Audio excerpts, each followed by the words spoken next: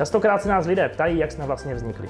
Vznikli jsme už v roce 2006, tehdy vlastně hodně v malém. Vyráběli jsme pro jednu hospůdku ještě v chráněném bydlení na Slapech, kde vlastně náš kamarád vymýšlel nějaký způsoby, jak vlastně uplatnit lidi s postižením, jak jim dát nějakou práci, nějakou možnost přívydělku. Potom se přijali jeho kamarádi, těch hospodek bylo najednou 10, postavili jsme si malou dílničku a potom v roce 2014 už operujeme tady z Davle, kde vlastně vyrábíme už pro celou Českou republiku.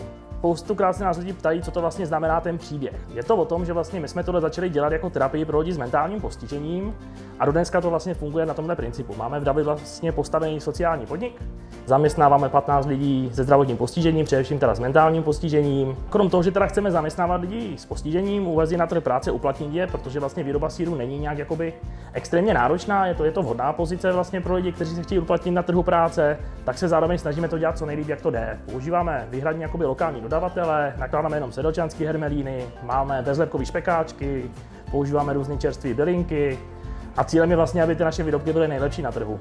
Aby vlastně ti naši zaměstnanci dokázali, že když mají nějaké znevýhodnění, tak vlastně dokážou některé věci dělat vlastně nejlépe ze všech. A co vlastně tady v Dobrotách s příběhem vyrábíme? Specializujeme se na vyrábění nakládaných sýrů, máme i vyhlášené utopence z davelských špekáčků, se sýru asi česká klasika nakládaný hermelín s cibulí, máme nějaký sýrový směsi s bylinkama, nakládáme tady olomoucký tvarůžky, potom tady máme nějaký ďábelský výrobky pro ty, co mají rádi pálivý. A ti, kdo nehodují ničemu z toho, mají rádi spíš zeleninku, tak máme kvašenou zeleninu s medem, s chipotle, anebo pro milovníky pálivého klasické korejské kimchi.